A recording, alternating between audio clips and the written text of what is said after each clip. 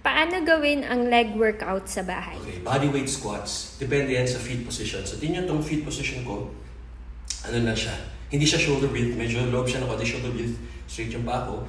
Inhale. Exhale. Pag ginawa mo yan, more of the quads yan. Tapos may konting glutes tsaka hamstrings. Inhale. Exhale.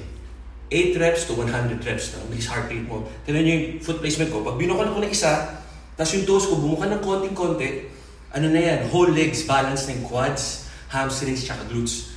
Inhale, exhale.